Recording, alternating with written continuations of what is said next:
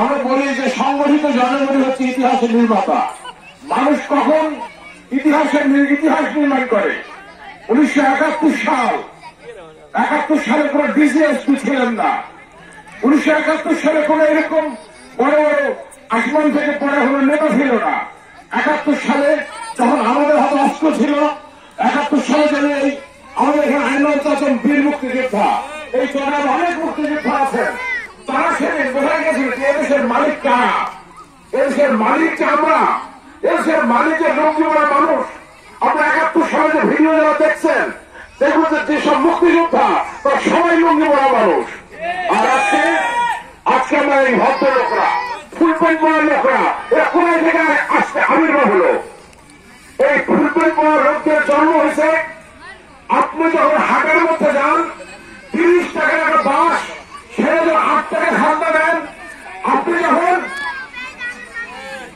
10 লাখ টাকার যে রমনা ঘাট, সেই রমনা ঘাট করে 3 কোটি টাকার ঘাট বানিয়ে ফেলে, 10 কোটি টাকার ঘাট বানিয়ে ফেলে।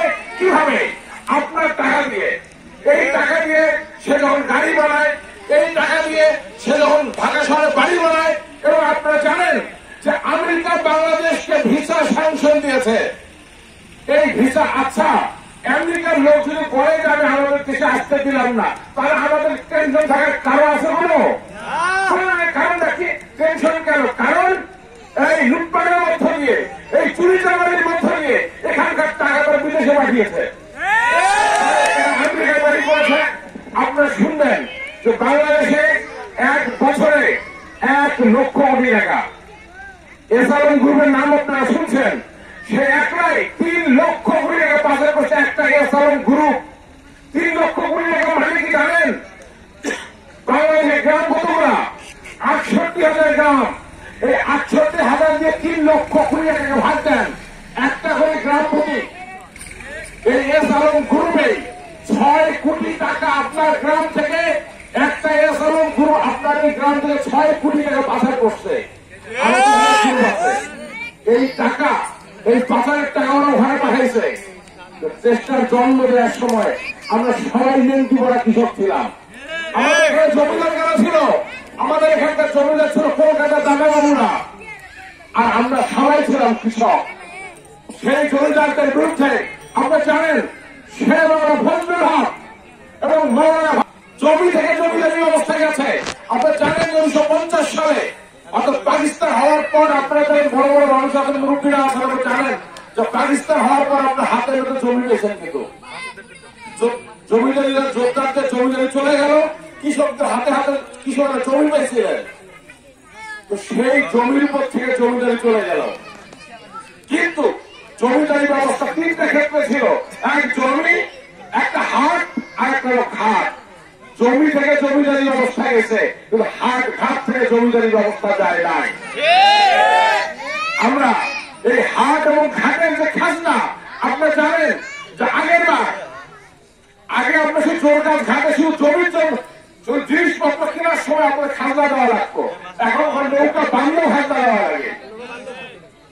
এই যে দিনের পর দিন আপনি যখন প্রতিরোধ করবেন না, আপনি যখন লড়াই করবেন না, তখন আপনার পিঠের উপর চলে বসবে ওরা। আমরা ঠিক করেছি আগামী বছরের 26 মার্চ বাংলাদেশের মুক্তিযুদ্ধের স্বাধীনতার 53 বছর হবে। আমরা সেই 26 মার্চ গোটা বাংলাদেশ থেকে সকল কবি, সাহিত্যিক, সকল রাজনীতিবিদকে আমরা চিনবাড়িতে হাজির করব। বাংলাদেশ